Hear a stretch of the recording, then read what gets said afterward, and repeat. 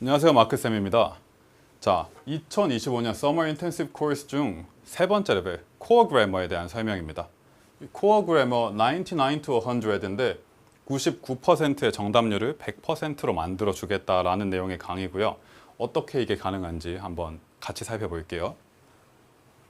자, 먼저 이 두 문제를 학생들 입장에서 한번 풀어보는 게 중요하거든요. 자, 스탑하고 잠깐 풀어보겠습니다. 시작!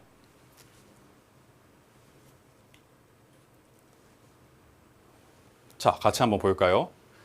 선생님이 봤던 학생들은 항상 이런 형태로 풀었어요. 자, 여기 보니까 주어가 복수예요, 쌤. 그래서 여기는 has가 아니라 have가 와야 됩니다. 그래서 이 문제는 틀렸어요, 선생님. 오케이. 이렇게 다들 푸셨나요? 두 번째 문제입니다. 자, Y절이 묶여 있는데요. 이 like 부분 빼면 places가 주어인 것 같아요. 그럼 여기가 동사 부분인데 places니까 괜찮은 것 같은데요? 이것도 괜찮은 것 같아요.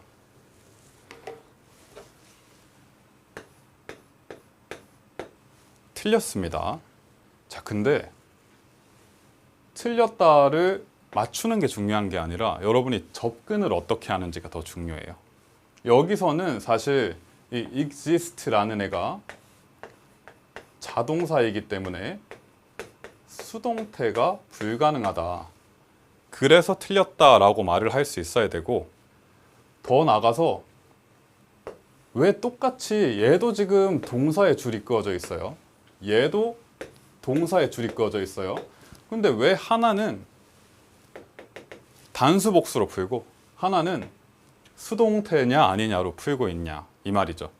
그럼 동사의 줄이 그어져 있으면 어떻게 접근을 해야 돼요? 이것부터 정확하게 카테고라이징을 할 필요가 있는 거예요. 그래서 우리 수업은 이렇게 이루어져 있습니다. 자, V의 밑줄이 그어진 경우에는요, 개념을 이런 식으로 배울 거예요. V의 밑줄이 그어진 경우는 우리가 봐야 하는 게 수의 일치, 태의 일치, 태라는 건 수동태, 능동태죠. 시제의 일치, 대동사. 대동사라는 거는 I like sports라고 했을 때 I do too. like라는 걸 do로, 일반 동사는 do로 받는 거. I am hungry, I am too. am, 비동사는 비동사로 받는 거. 이게 대동사예요. 요 네 가지를 가지고 생각을 하세요라고 우리는 배울 거예요.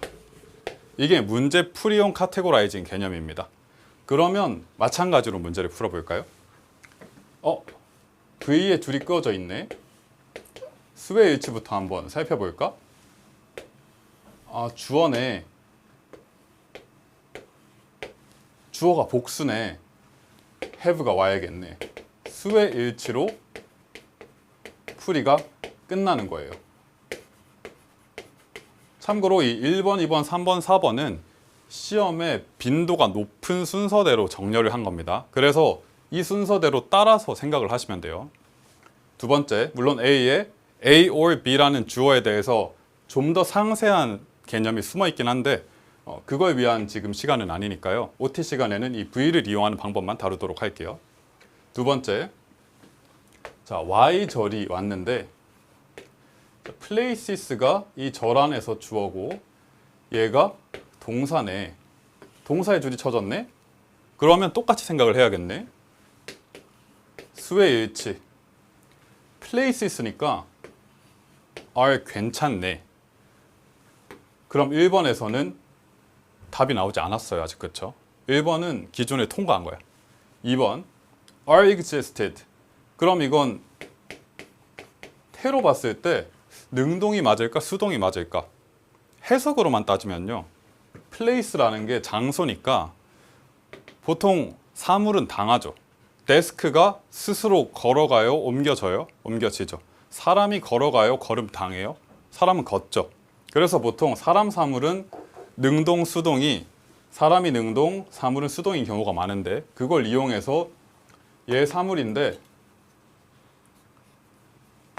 여기 사물이 있는데 수동태 쓰면 너 함정 안 밟을 거야? 이렇게 출제자가 냈다라는 걸 여러분이 인지를 할 수 있는 거예요. 이 태를 정확하게 인지를 한다면.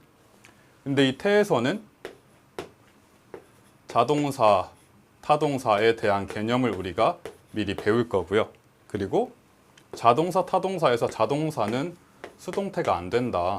그리고 왜 수동태가 안 되는 거냐까지 정확한 개념을 이 1, 2, 3, 4번에 해당하는 예시들을 통해서 배울 거예요.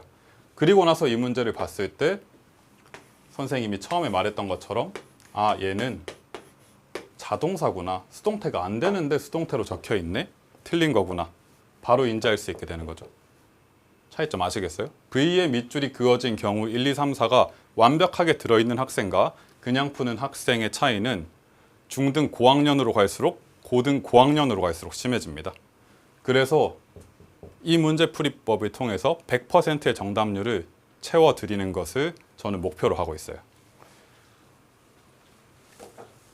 자, 그러면 이건 몇 주 코스고 시간은 어떻게 되냐? 레벨 3하고 4 같은 경우는 여름방학 특강이 고등부 대상이기 때문에 7월 21일부터 8월 14일까지 총 12회 코스로 이루어져 있고요. 코어 그래머 시간은 2시 30분에서 7시 30분까지 한 팀만 받을 예정입니다. 팀 여러 개 안 되나요? 안 돼요. 방학 특강은 월, 화, 목, 금, 총 월화수목금 중에 4일 동안을 계속해서 쓰는 형태라서 많은 팀을 받을 수 없습니다. 인지해 주시고요. 자, 더 상세한 설명을 듣고 싶어요. OT에서 당연히 저희가 간단한 설명들을 먼저 드리기 때문에 더 상세한 설명을 들으시려면 설명에 오셔야 돼요. 설명에는 6월 25일부터 7월 12일까지 제가 8회에서 10회 정도 넉넉하게 소규모로 개최를 해드릴 테니까요. 이때 학생, 학부모 혹은 둘 다 오셔가지고 충분히 설명 들으시고 질문할 거 질문하시고 가면 됩니다.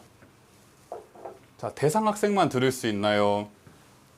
여기 대상 학생은 문법을 1회독 이상 한 학생들이에요.